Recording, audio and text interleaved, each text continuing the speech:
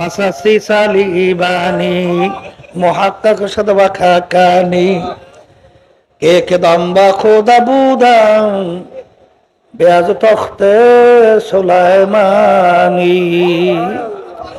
হে দুনিয়ার পাগলের দলেরা, হে দুনিয়ার ক্ষমতা সম্পন্ন ব্যক্তিরা, তোমরা এমপি হওয়ার ভিতরে শান্তি তালাশ করো, মন্ত্রী হওয়ার ভিতরে শান্তি তালাশ করো, মেয়র হওয়ার ভিতরে শান্তি তালাশ করো, চেয়ারম্যান মেম্বার এমপি মিনিস্টার হওয়ার ভিতরে শান্তি তালাশ করো, মেম্বার চেয়ারম্যান হওয়ার ভিতরে শান্তি তালাশ করো, পীর মুফতি মুহাদ্দিস সভাপতি সেক্রেটারি হওয়ার ভিতরে শান্তি তালাশ করো, সুন্দর সুন্দর বিল্ডিং তৈরির ব্যাপারে শান্তি তালাশ করো, আরে সুন্দরী মেয়ে বিবাহ করার ব্যাপারে শান্তি তালাশ করো।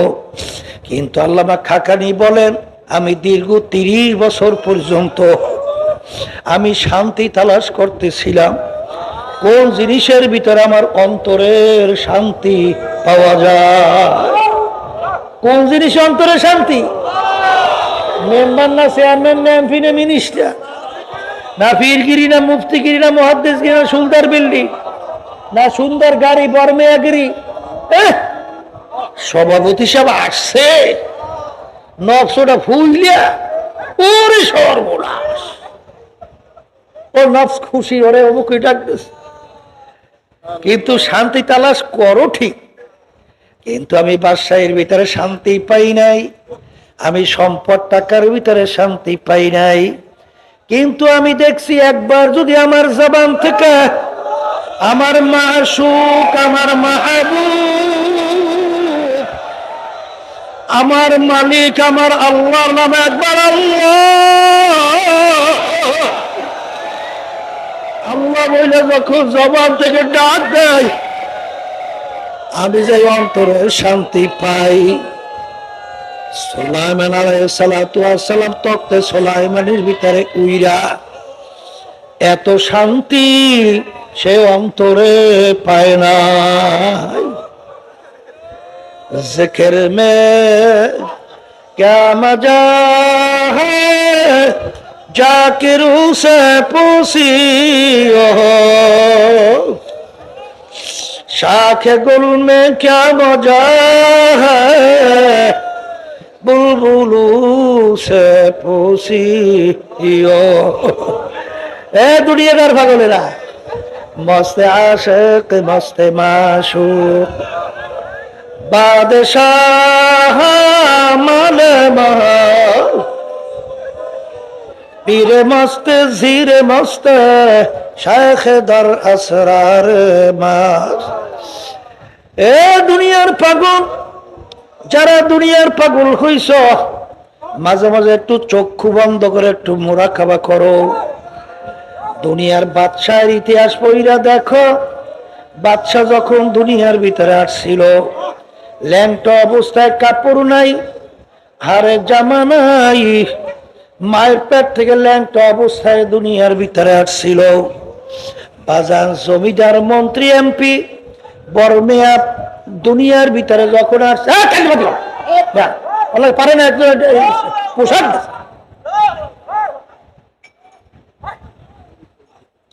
থামাই দাও।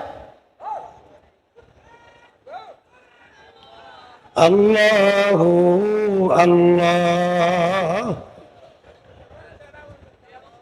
আল্লাহ আল্লাহ। এ দুনিয়াদার পাগল আমার বাবারা, অনেক বড় লোক আমার বাবারা আসছেন, অনেক নতুন আমার বাজানরা আসছেন, অনেক আমার যুবক বাবারা আসছ। বাজান ভালো করে মনকে বুঝাও, তারপর দুনিয়ার থেকে বিদায় নিয়ে কবরের পথে যাত্রী হও। কারণ একবার যদি কেউ ঠগো আর দ্বিতীয়বার আইসা জিতবার আর আশা নাই। কার পাগল হইছ, কার জন্য জীবন শেষ করতেছ? তামাম দুনিয়ার বাদশাহী করলো বাদশাহ সেকান্দার, ওই তিনিও তো ঘুমাইয়া আছে কবর ও বাজার। আজকে বাদশাহ সেকান্দার কোথায়? আজকে ফেরাউন কোথায়, নমরুদ কোথায়, সাদ্দাত কোথায়? আখারে বাজান রে, এই বাংলাদেশের স্বাধীনতার পরে কত বড় মেয়ারা তাদের হুঙ্কারে মনে হয় বাংলার জমিন থরথর করিয়া কাঁপতো। কই আজকে যাইয়া দেখো, ওই হাইকোর্টের মাজারের ভিতরে, বিভিন্ন জায়গায়, কবরের ভিতরে, মাটির ভিতরে একটা আল্লাহর বান্দারা তারা তাদের কবরের পাশে যে একটু সালামও দেয় না। দুনিয়ার ভিতরে আসা একই অবস্থায়, রওনাও কিন্তু একই অবস্থায়। বাজান দুনিয়াতে যখন বড় মেয়ারা আসছিল, ল্যাংটা অবস্থায় দুনিয়ার ভিতরে আসছিল। আর রাস্তার ফকির সেও যখন দুনিয়াতে আসলো, ল্যাংটা অবস্থায় দুনিয়াতে আসলো। বাজান ভাগ্যের বিনিময় কেউ বা বাদশা, কেউ বা রাস্তার ফকির। কিন্তু এ দুনিয়াদার পাগল, যারা দুনিয়ার পাগল হয়ে আখিরাতকে ভুলছো, আমি সেই বাজানদেরকে বলবো, পর্দা আলে মা বোনদেরকে বলবো, মাঝে মাঝে একটু চক্ষু বন্ধ করো, একটু মুরাকাবা করো, এরপর দুনিয়া থেকে বিদায় নিয়ে রওনা করার চিন্তা করো। বাজান রে, দুনিয়া কি আল্লাহ! বলকের বাদশাহ ইব্রাহিম বিন আদহাম রহমাতুল্লাহ আলাইহি, বাজান তিনি বলকের বাদশাহ ছিলেন, রাস্তার ফকির, মুসাফির। বাদশার কাছে বলে, বাদশারে আপনার এই মুসাফির খানা আমি একটু থাকতে চাই। বাদশাহ বলে, বোকা, এইটা আমার রাজ সিংহাসনের স্থায়ী বাড়ি, এইটাকে তুমি মুসাফির খানা বানাইছো? আহারে, তুই তো আমার ইজ্জতই নষ্ট করছো। তখন মুসাফির বলে, বাদশারে ভুল হইলে মাপ চাই, স্থায়ী বাড়ি কাকে বলে, মুসাফির খানা কাকে বলে? তখন বাদশা বলে, বাড়ির দরজায় ঘর দেখছো, ওইটা মুসাফির খানা। মুসাফির খানা কি পরিচয়? তখন বাদশা বলে, রাস্তায় পথিক চলতেছে, অস্থায়ীভাবে রাত্রি যাপন করলো, আবার ভোরে ওইটা গন্তব্যের দিকে চলে যায়, এইভাবে অস্থায়ীভাবে আসে যায়, একে বলে মুসাফির খানা। বাদশা স্থায়ী বাড়ি কাকে বলে? যেখানে সব সময়ের জন্য মানুষ থাকে। তখন মুসাফির প্রশ্ন করলো, বাদশা রে, তাহলে দুনিয়া সৃষ্টির পর থেকে মনে হয় আপনি এই বাড়িতেই আছেন? তখন বাদশা বলে, ওরে পাগল, মুসাফির না, আমার আগে ছিল আমার আব্বা। বলে, বাদশা আপনার আব্বা কোথায়? করে, আমার আব্বা তো কবরে চলে গেছে। বাদশা, আপনার আব্বা কি আসবে না? এ পাগল মুসাফির, একবার মানুষ দুনিয়া থেকে বিদায় নিয়ে কবরে গেলে আর কোনো দিন আসে না। তখন মুসাফির বলে, বাদশা আপনার আব্বার আগে কে ছিল? আমার আব্বার আগে দাদা, সে কোথায়? সেও তো কবরে। বলে, সেও কি আসবে না? না, সেও কোনো দিন আসবে না। আপনার আব্বার আগে কে? দাদা, সে কোথায়? সেও তো কবরে। বলে, সে কি আসবে না? না, আসবে না। এ বাদশা, আপনি কি চিরজীবন থাকবেন? তখন বলে, ওরে পাগল মুসাফির, কুল্লু নাফসিন যায়িকাতুল মাউত, মানুষ মরণশীল। আমি একদিন দুনিয়া থেকে বিদায় নিয়ে কবরে যাব। বলে, আপনি কি আর আসবেন না? আর আমি কোনোদিন আসবো না। তখন মুসাফির বলে, বাদশা রে, আপনি আমাকে বলছেন বোকা, আসলে বড় বোকা তো আপনি। এ বাদশা, আপনার বাড়ির দরজায় মুসাফির খানা, মানুষ একবার থাইকা চইলা গেলে আবার এসে ইচ্ছা করলে থাকতে পারে, কিন্তু আপনার এই মুসাফির খানা থেকে যদি একবার কেউ বের হয়ে যায় আর কোনো দিন আসে না। মুসাফির হাম সব হয়, কবর আখের ঠিকানা, कोई आगे रवाना है, कोई पीछे रवाना। বলার সঙ্গে সঙ্গে বাদশার চিন্তার পরিবর্তন ঘটে গেল। আমি এই বাদশাহী দিয়া কি করব, আমি এই সম্পদ দিয়া কি করব, আমি এই সম্মান দিয়া কি করব। আমার জন্য যেই জায়গা অপেক্ষা করতেছে 3.5 হাত মাটির ঘর, ওই মাটির ঘরের ভিতরে আমাকে রাখবে। আমি এই দালাল কোটা অট্টালিকা দিয়ে আমি কি করব। বাদশার চিন্তার পরিবর্তন ঘটে গেল। বাদশাহ স্থায়ী বাড়ি আখিরাতের জিন্দেগি, যেই বেহেশত আমার মালিক তোমার আমার জন্য বানায় রাখছেন, একবার যদি ঢোকা যায় আর কোনো দিন বের করা হবে না। ওই স্থায়ী শান্তি বেহেশতের জন্য আর দুনিয়া মাজরাতুল আখিরা, এই দুনিয়ায় থাইকা কামাই করার পরে রওনা করা লাগবে। বাদশা নাইমা গেল। আল্লাহ আল্লাহ, বাদশাহ হক্কানি আলমের কাছে গেল, যাইয়া আখেরাতের স্থায়ী জিন্দেগি তৈরি করার জন্য। হারে যখন হুজুরের কথা অনুযায়ী চলে, এক পর্যায়ে এমন ভাবে নিজেকে নিজে মিটাইয়া দিল। মিটাবার পরে এমনকি মেথরের দায়িত্ব পর্যন্ত হুজুর তাকে দিল।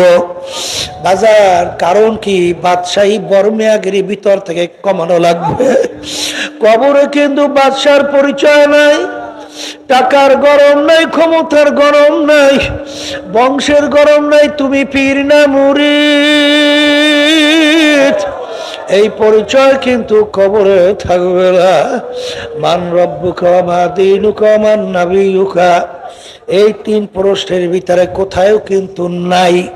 তুমি চরমুনাই না, তুমি সারসিনা না, তুমি ফুরফুরা না, তুমি জৈনপুর না, তুমি আওয়ামী লীগ না, তুমি বিএনপি না, তুমি জাতীয় পার্টি না, তুমি এনসিপি না, তুমি অমুক টমুক সমুক, এই পরিচয় কিন্তু কবরে থাকবে না। এই জন্য আমার বাজানদেরকে বলবো, পর্দা আলে মা বোনদেরকে বলবো, আমার মালিক যখন চরমনাই নিয়ে আইয়াছে, বাজান বুঝা সই না কলব তৈরি কইরা আমার মালিকের পাগল হও, তারপর কবরে রওনা করো। কারণ বাজান কবরে কিন্তু কোনো পরিচয় নাই। আর পীর মুরিদের মূল উদ্দেশ্য হলো হিম্মত বলন্দ খুলুসিয়াত ভিতরে পয়দা করা। অমুকে পারে আমি কেন পারবো না, আহারে অমুকে পারে আমি কেন পারবো না। কত আল্লাহর বান্দার শরীর দুর্বল, আরে দেখলে চোখে পানি রাখা যায় না। আল্লাহর ফজল করবে 5 ওয়াক্ত নামাজ জামাত সরে না। আর এক শ্রেণী আমার যুবকরা এখনো ঘরের ভিতরে একা একা নামাজ পড়ো, কিন্তু বাজান রে, আরে মান জাদ্দা ওয়াজাদা, যে চেষ্টা করে সেই তো সেইটা পায়, সেইটাই উপার্জন করতে পারে। এ আল্লাহর বান্দারা, চেষ্টা না থাকলে তার ফল পাওয়া যায় না। কত দুর্বল মানুষ, কত গরিব, রিক্সা চালায়, এরপর সংসার পরিচালনা করে, কিন্তু আল্লাহর ফজল ও করমে 2 টাইম আল্লাহর জিকির ছাড়ে না, সাপ্তাহিক তালিম ছাড়ে না, হারে এমনকি জামাতে নামাজ ছাড়ে না। অনেক সময় দেখছি অনেক আল্লাহর বান্দারা রিক্সা চালায়, পকেটের ভিতরে পাগড়িটা রাখছে, আরে যখন নামাজের সময় হয় পাগড়িটা বাইন দিয়া নামাজে দাঁড়াইয়া মান জাদ্দা ওয়াজাদা। এই চুপ থাক। যে চেষ্টা করে সেই তো পাইয়া যায়। এই জন্য আমার বাজানদেরকে বলবো, এই পথের প্রতীক ছাড়া বুঝানো যায় না। এই আল্লাহর বান্দারা, পর্দা আলে মা বোনেরা, আমার মালিকের জিকিরের ভিতরে কি মজা, আমার মালিকের জিকির করলে কি হয়। বাজান মুরিদ তো হইছ, তরিকায় ঢুকছ, আসলে তরিকার মূল উদ্দেশ্য কি? হিম্মত বলন্দ খুলুসিয়াত ভিতরে পয়দা করা। আমি যাহা কিছু করব একমাত্র আমার মালিকের রাজি খুশির জন্য করব। কথা ঠিক কিনা? আমার ব্যক্তি জীবন থেকে শুরু করে আন্তর্জাতিক জীবন পর্যন্ত সুরাতে সিরাতে কামাইতে খরচে সর্বক্ষেত্রে যাহা কিছু করব তার খুশির জন্য করব। জোরে বলো, জোরে বলো, আল্লাহর খুশির জন্য করব। এর নাম হলো ইখলাস। এর নাম কি? বাজার মুরিদ হইলেই হবে না। ওই অনেক সময় আব্বা জানো বলতেন, আমরা বারবার স্মরণ করাই দেওয়ার জন্য বলছি, ওই পীর সাহেব হুজুরের কাছে মুরিদ হইছে, কিন্তু এক বোকা সাধারণ মুরিদকে হুজুর বড় ভালোবাসতো। অনেক মুরিদরা বলে, ব্যাপার কি হুজুর এই সরল সোজা বোকাটাকে এত কেন মহব্বত করে? হুজুরের কানে পৌঁছার পরে হুজুর মুরিদদেরকে ডাইকা প্রত্যেক মুরিদের হাতে হাতে একটা জ্যান্ত মোরগ বা মুরগি হাতে ধরাইয়া একটা ছুরি দিয়া বলছে, এমন জায়গায় মোরগ জবাই করবে কেউ যেন না দেখে, এমন জায়গায় যাইয়া মোরগ জবাই করিয়া নিয়ে আসবে। মুরিদেরা হুকুম পালন করার জন্য যার যত গোপন জায়গা জানা আছে সেই গোপন জায়গায় যাইয়া এরপরে ছুরি দিয়া মুরগি জবাই করলো, কেউ দেখে নাই। কেউ পানির ভিতরে ডুব দিয়া মুরগি জবাই করলো, কেউ দেখে নাই। গভীর জঙ্গলে অন্ধকারে মুরগি জবাই করলো, কেউ দেখে নাই। কেউ গর্তের ভিতরে পাহাড়ে ঢুকলো, মুরগি জবাই করলো, কেউ দেখে নাই। সবাই মুরগি জবাই করে হাজির, কিন্তু বোকা মুড়ি জ্যান্ত মুড়ি নিয়া হাজির। অন্য অন্য মুড়িদেরা বলে, দেখো হুজুর এই বোকাটাকে এত কেন মোহাব্বত করে? এত বড় বোকা হুজুরের কথাই মানতে পারে নাই, ওকে হুজুর এত কেন মোহাব্বত করে? হুজুর একটা ধমক দিয়া বলে, হে বোকা, সবাই আমার কথা মানলো, তুমি আমার কথা কেন মানলা না? তখন ওই মুড়ি থর থর করিয়া কাঁপে, আর দুই চক্ষু দিয়া বাইয়া বাইয়া পানি পড়ে, আর বলে, হুজুর আপনি শর্ত লাগাইছেন এমন জায়গায় যাইয়া মুরগি জবাই করবে কেউ যেন না দেখে। হুজুর আপনার কথা মানার জন্য, হুজুর বলতে গেলে আমি ঠিক মতো ঘুমাতে পারি নাই, ঠিক মতো খাইতেও পারি নাই। আমার জানা মতে যত গোপন জায়গা আছে আমি জঙ্গলে দৌড়াইছি, পাহাড়ের গর্তে দৌড়াইছি, এমনকি পানির ভিতরে ডুব দিয়া গোপনে মুরগি জবাই করব, কেউ দেখবে না। কিন্তু আসলে দেখি দুনিয়ার কেউ দেখে না, কিন্তু দেখি আমার আল্লাহ আমার দিকে চাইয়া আছে। কিন্তু আপনার শর্ত লাগাইছেন এমন জায়গায় মুরগি জবাই করবে কেউ যেন দেখে না, এমন জায়গায় মুরগি জবাই করো কেউ যেন দেখে না। আল্লাহ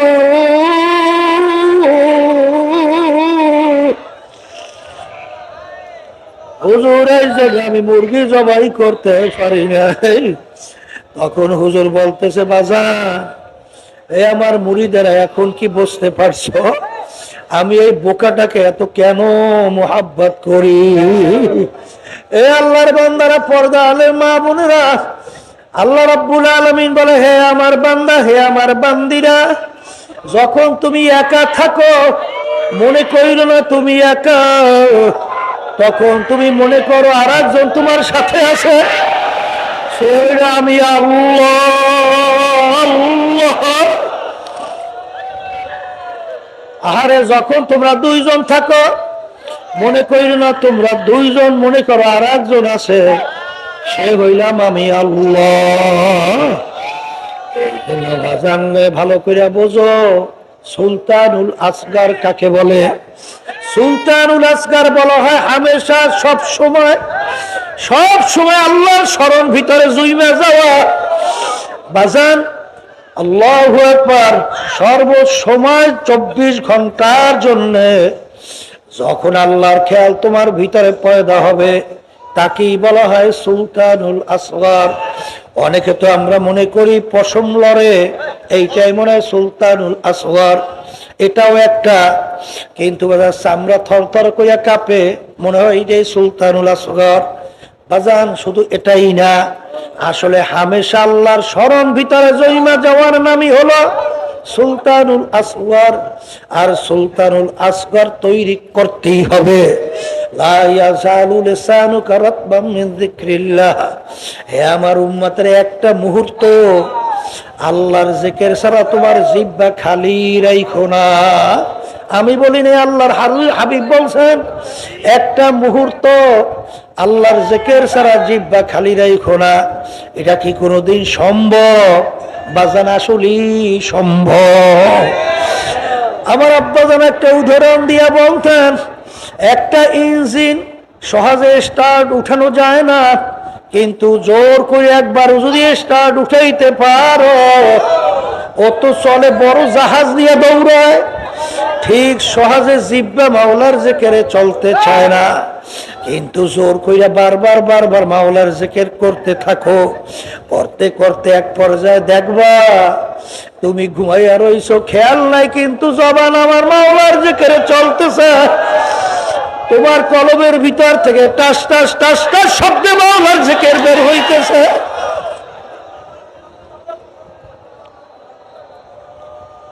আল্লাহু আল্লাহ। বাজান, এই পথের পথিক ছাড়া কাউকে বোঝানো সম্ভব না। এই জন্য যারা সালেক, যারা নাকি এই পথের পথিক, তারাই কিন্তু একমাত্র এর মর্ম বুঝবে। বাজান, এর জন্য যদি এই অবস্থান তৈরি না হয়, সেই ব্যক্তির মাধ্যমে গুনার থেকে ফেরা সম্ভব না, ঘুষ থেকে ফেরা সম্ভব না, সুদ থেকে ফেরা সম্ভব না। বাজান, এই সরকারি মাল লুটপাট করা, সে থেকে ফেরা তার দ্বারা সম্ভব না। মিথ্যা বলা থেকে ফেরা তার দ্বারা সম্ভব না। বাজান, মানুষকে কষ্ট দেওয়া তার থেকে ফেরা সম্ভব না। কি জুলুম করা তার থেকে ফেরা সম্ভব না। আর যখনই তার ভিতরে এই খেয়াল পয়দা হবে, তখন তার খেয়াল আসবে, আমি কি করতেছি কেউ যদিও না দেখে, আমার আল্লাহ তো দেখে।